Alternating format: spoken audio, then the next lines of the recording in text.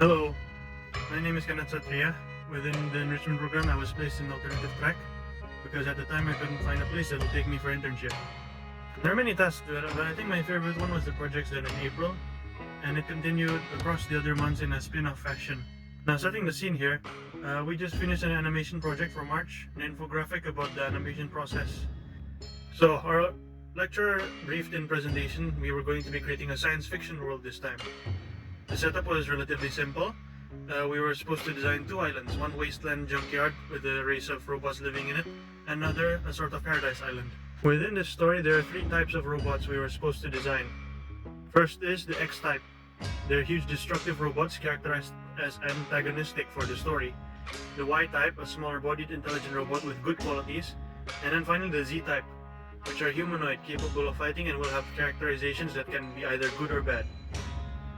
The overall plot was the robots wanting to leave their island home and obtain a power source on the Paradise Island so they can keep living. But the two islands are separated by deep ocean and storms.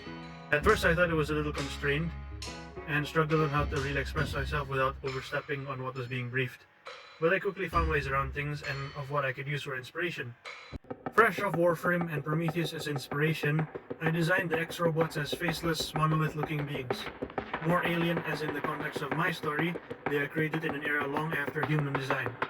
And so they look more animalistic like gorillas or golems, as per their purpose, as monsters, created to hunt down and destroy the Z-type robots. But in truth, their created purpose will be revealed in the story to become an enemy that can drive the Z-robots off the doomed sinking island, essentially saving them. For the Y robots, I went for a very simple probe design. This is lifted from Halo and StarCraft, but I designed it less mechanically and more like a smooth techno-organic being that mimics an eyeball. And finally, the Z robots. These I created based off more recognizably humanoid robot designs. But as the main dominant and very living species, I also decided to make them more varied and each unique. This is inspired by a short episode in the Netflix show Love, Death and Robots.